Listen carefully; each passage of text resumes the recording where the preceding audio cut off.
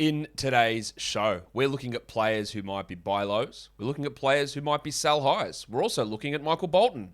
Thanks, Josh. It's Michael Bolton here, and it's time for another episode of the Locked On Fantasy Basketball Podcast. Let's get to it. Let's get to it, indeed.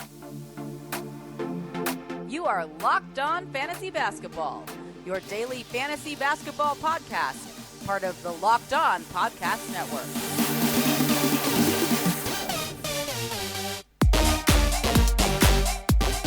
Hello and welcome to the Locked On Fantasy Basketball Podcast, brought to you by Basketball Monster. My name is Josh Lloyd and I am the lead fantasy analyst at basketballmonster.com and at Yahoo Sports Australia. And you can find me on Twitter as always at redrock_bball and on Instagram at Locked On Fantasy Basketball. This episode is brought to you by TrueBill. TrueBill is the new app that saves you money by helping you identify and to stop paying for the subscriptions that you don't want or need, and you can even negotiate better deals on those that you want to keep. Thank you also for making Locked On Fantasy Basketball your first listen every day. We are free and available on all platforms. We're going to do buy lows and sell highs. A couple of news things that I'll just get to now. We will elaborate on these on the daily recap show. Michael Porter Jr. out for the season. That's shithouse. Obviously, Jeff Green is a fringe ad. Patty Mills looks like he might be a long-term starter for the Nets with Joe Harris undergoing ankle surgery. We're going to talk about Mills more in this show. Kemba Walker out of the rotation in New York. Drop him, which we've been saying for about the last week. Add Alec Burks, which we've also been saying for the last week. And I think quickly, actually, I don't think Thibodeau replaces Walker necessarily in the rotation. I reckon he just runs one man fewer. Maybe he gives like 10 minutes to Quentin Grimes or something like that. But I just think more minutes for Burks, for Rose, and for Quickly. So Quickly might become a 12-team league player as well. But Burks is definitely your ad there. And then we'll see what happens with Quickly. So they're probably the three major news things. I just want to get a quick hit on those right now. And we'll elaborate more on that later on in the daily recap show. I'm sure we'll also talk about it in the pregame show as well. All right, so let's talk some sell high options. And what are we talking about here? Don't just trade these guys away. That doesn't mean get rid of them at all costs. I mean, see if you can extract some value. If you can't, oh well, enjoy it. Write it out. Deal with it. Love what you're getting. Maybe it sticks, maybe it doesn't. Right? That is what buy lows and sell highs are about. It doesn't mean must acquire or must get rid of. Doesn't mean that at all. And I think having that mindset, and I know most of you will have that mindset, but there's always new people coming. Don't look at these as players that you have to get rid of. You don't have to get rid of them, but you might be able to. Let's start in Chicago. So I've been doing these with a couple of different formats. Previously, I was just like, these are a bunch of trades that went through for this player, and then I went through some statistical things, and I'm trying to merge those two things together now. So let me know what you think about this format now. We're always trying to improve here at Locked On Fantasy Basketball, the big improvers. All right, DeMar DeRozan. He's the 16th ranked player. Now, all of these rankings, at the top of the screen, if you're watching on YouTube, the two numbers. The first number is the ranking over the last 2 weeks on a per-game basis for category leagues. The second number is the ranking over the last 2 weeks for Yahoo Points leagues. So DeRozan's the 16th ranked player for the last 2 weeks in categories and 26th in points leagues. His most recent one-for-one trade, and I tried to find the most recent one-for-one trade that I could see, he was traded for Fred VanVleet. To me, that is a real sell high. Now, DeRozan has been great this season. There are a couple of things where I look at what he's doing and think, maybe not. Maybe this can't maintain. 16th is great. And to be honest, he's the 14th ranked player this season. I don't think he finishes there. I think that from here on out, he's maybe top 35, top 40. 96% from the free throw line. We talk about percentages all the time, and you know what I'm going to say. They are multipliers. They are two category multipliers. You go from 96 down to 87, still an awesome number. Then you lose free throw percentage. You move from being the absolute best in that category to maybe a top 10 guy, which is still great, but it loses value. And then you lose points. If you miss an extra one free throw per game, you lose 1 point per game. So you lose your points. So I think that's key to watch. He's a great free throw shooter. He's an 86, 87 guy. He's not a 96% free throw shooter. I think he's missed one free throw in the last 2 weeks, maybe two. Right, that's going to drop off. Everything else, 25, 4.5 with the steal, that's all pretty normal. But the 96 goes to 86. The 25 points goes to 23 points. The 31 usage goes to 28 usage with Vooch back full-time now. Yeah, there is some sell high ability, I think, here with DeRozan, especially when you pair it with recent form and season-long form. when you look at a couple of things that he's go, I don't think this is going to be maintainable. And that's how I like to look at these things. I mentioned Patty Mills for good reason, because I'm going to talk about him right now. He is the 52nd ranked player in category leagues over the last 2 weeks. He is the 118th ranked player in points leagues over the last 2 weeks. 52nd is sick. Like, that is awesome. And he is going to continue to start for minimum 4 weeks. Harris is out 4 to 8 weeks. Maybe it's 8 weeks. I've floated this idea about 2 or 3 times already.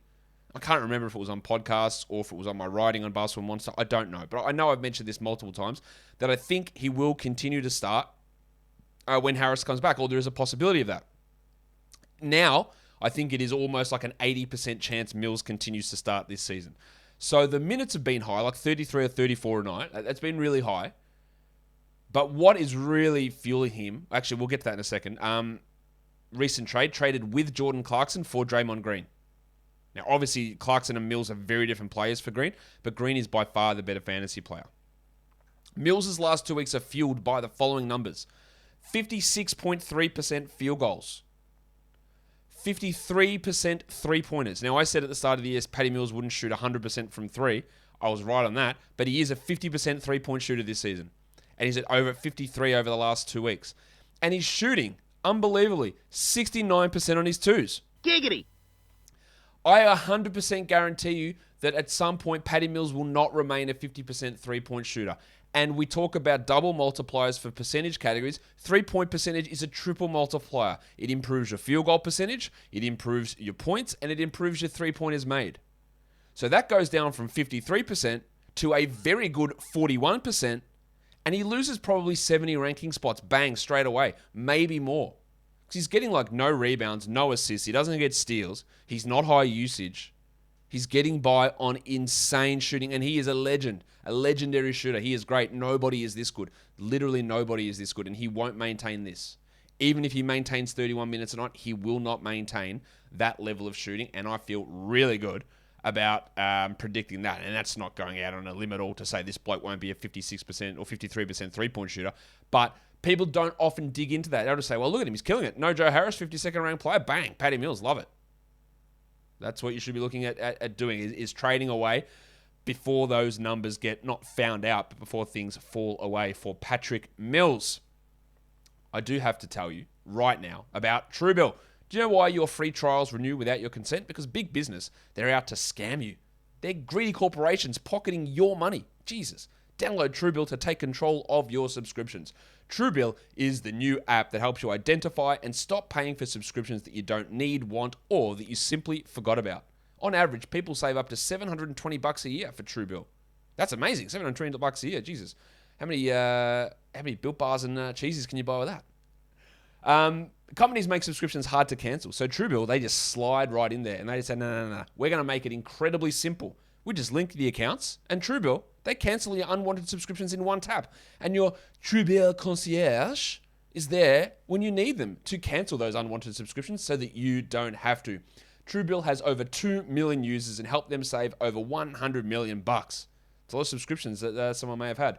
Don't fall for subscription scams. Start canceling today at truebill.com/LockedOnNBA. Go right now. truebill.com/LockedOnNBA. It could save you thousands a year. truebill.com/LockedOnNBA. Okay, next bloke we're going to look at. Terry Rozier. Terry Rozier is rocking at the moment. And I don't know why I said rocking like that. I didn't mean to. I was going to say rolling and rocking and merge them together, and it sounded stupid. He is rolling or rocking, however you want to use that term, at the moment. Really putting up good numbers. His most recent trade that I could see, I couldn't see a real one-for-one there, but he was traded with Scotty Barnes for Jason Tatum. That's theft. That's real theft. And I know Jason Tatum shot negative 24% yesterday. That is theft. Rozier was a guy I was worried about this season dropping off, and when he came back from his ankle injury, he wasn't shooting well because he shot like a career best 2-point percentage by like 9 percentage points last season. Thought there's no way that'll continue. And then somehow it is. He is cranking 56% on twos. That is an insane number. I don't think, like, he was 2 years ago 42% on twos. 56 is so high. Look, that is center type numbers. or Giannis type numbers maybe. That's a really, really big number. I really don't expect that percentage to be able to stick. So even if that comes down to a really good 50% or a subpar 44%, 45%, it is a gigantic drop. He's also averaging 1.7 steals, which we know, while percentages are multi-category influences, steals are one of the biggest rank influences out there. If you go from 1.1 steals to 1.4 steals, you can jump 25 spots just like that. You get to 1.7 steals, then it probably elevates you 30 spots. Right? You go from 1.7 down to 1.3, still a solid number, and then you're not a top 30 player, you're not a top 50 player, you might not be a top 60. So those two things are really keeping Rozier afloat at the moment. Let's go to Cleveland now and talk about Jarrett Allen. He's the 33rd ranked player over the last 2 weeks. He's 24th in points leagues. That's pretty insane. He is averaging 21 points per game. 21 points per game for Jarrett Allen. Can you believe that? That's some bullshit right there. And under 20% usage. He was traded straight up for Domantas Sabonis. And I look at that and I go, I know Sabonis has been struggling. That's almost the perfect execution of a buy low, sell high. Allen's been really good, but he's doing this in 37 minutes a game. Most of these last 2 weeks without Evan Mobley, some of it without Kevin Love, and some of it without Lauri Markkanen. He's shooting 71% from the field. Now, the bloke's not a shooter, so these are a lot of dunks and putbacks, but 71 is still really high. You expect these guys to be more 64, 65. 6 percentage points is still 6 percentage points. He's hitting 73% from the line. He's had struggles there before, so that could obviously drop off. But 37 minutes, 21 points, 71%. I think all of those drop maybe to 34 minutes, maybe to 16 points, maybe to 65%. And then he's the 70th best player. And while Sabonis is on the other end of things, you're switching those two guys over, I do think it works pretty well in terms of a buy low, sell high trade that somebody was able to execute. Let's go to this bloke. Nice, Gary! Gary Trent Jr. Now, he's currently out with this calf injury. He's doubtful with this calf injury. It's not going to cost him too much time, but it is important to have a look here. He's the 49th ranked player over the last 2 weeks, 81st in points leagues. Now, famously, maybe not famously because I'm not famous, but I did say that I didn't think Gary Trent was worth it in 12-team leagues, and he's proved me wrong pretty clearly. And the encouraging thing I look at here from Trenner is that over the last 2 weeks, he's only averaging 1 steal per game. So those 3 steals per game, they have dropped off, but he's maintaining high numbers. He's actually ahead of his season rank these last 2 weeks. He's 54th for the year, 49th now. He was traded straight up for CJ McCollum. And you're going to see CJ McCollum's name appear a lot on this show. He just seems to be the most traded man in the world. But he was traded straight up for CJ. So how is Trenner doing this? Hasn't missed a free throw in the last 6 games on about 16 or 17 attempts. That's awesome. He's a good free throw shooter. He's not that good. Right? So there's going to be a drop off there. That is, again, it's a percentage multiplier. It is his number one category over the last 2 weeks. So when your number one category is a number which literally cannot sustain 100% shooting, unless you're Tony Snell, you know there's going to be drop off. He's hitting 42% of his threes. His second best category is his 3-pointers made. So that's going to fall off, 3.3 triples per game. His third best category is his points at 0.95. And the fact that he's hitting his threes at that level means that his field goal is not a disaster. Now, Trent is probably going to remain 12-team because Nick Nurse is relying upon him for huge minutes. And it's impressive that he's doing this while his steals have dropped. But there are still things here which are not, I don't think, going... Look, he could remain a 42% three-point shooter. It is possible. I don't think he will, but he could. 100% from the line, no way. And that is his best category. You go from 100% on 2.7 attempts per game, which is where he currently is. I'm just looking for an equivalent there. His Z score in that category was his best number. I'm just trying to bring that up now. 1.8 in that area. But if he goes down, to example, to 80% on the same attempts, that's actually like zero value. And that just drops him 40 spots right there. And maybe he is an 80% guy. Maybe he's higher than 80%. Maybe he is, let's have a look, a 86% shooter. Yeah, the value is gone from 1.8 as a Z score in that category to 0.6. So it's cut in 3. It's a third. Just from going from 100 down to 86, which is still really good. That just shows you how much that is influencing his numbers. I think that is important to note. It's also important to note that BetOnline has you covered all season with more props, odds, and lines than ever before as football season continues the march to the playoffs.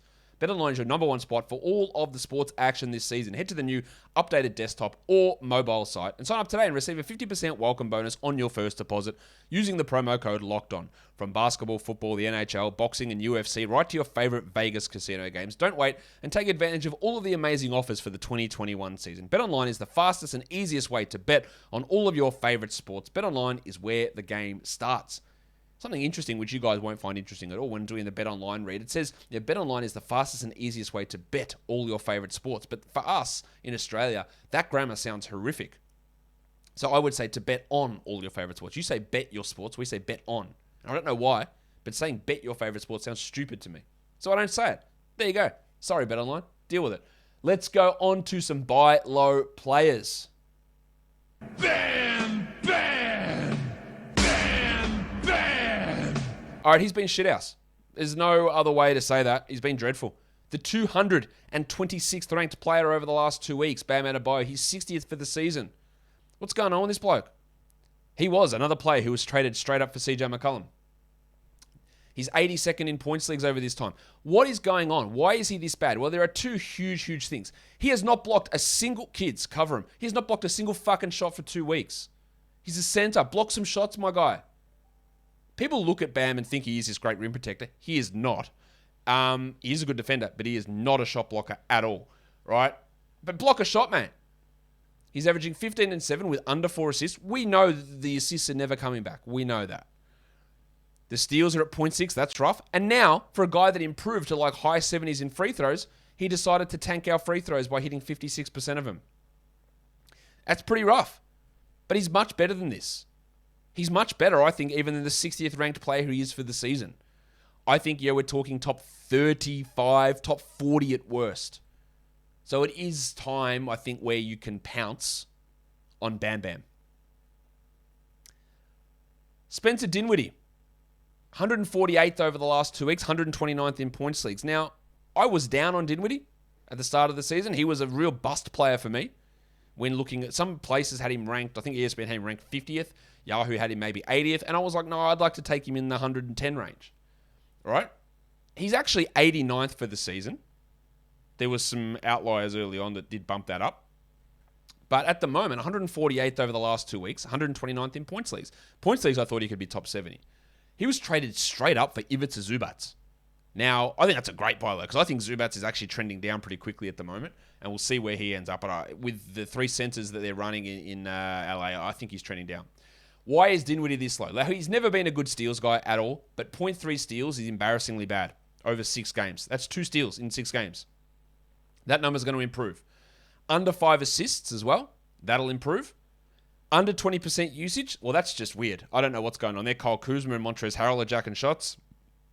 And he's shooting 34.4%. Now, one of the reasons that I didn't like him as a fantasy player this year is he's a bad percentage guy. Poor 3-point shooter, poor field goal guy, very low rebounds, very low threes, very low steals. Like just a Keldon Johnson in point guard form. But he's not this bad. Like the percentages are going to improve.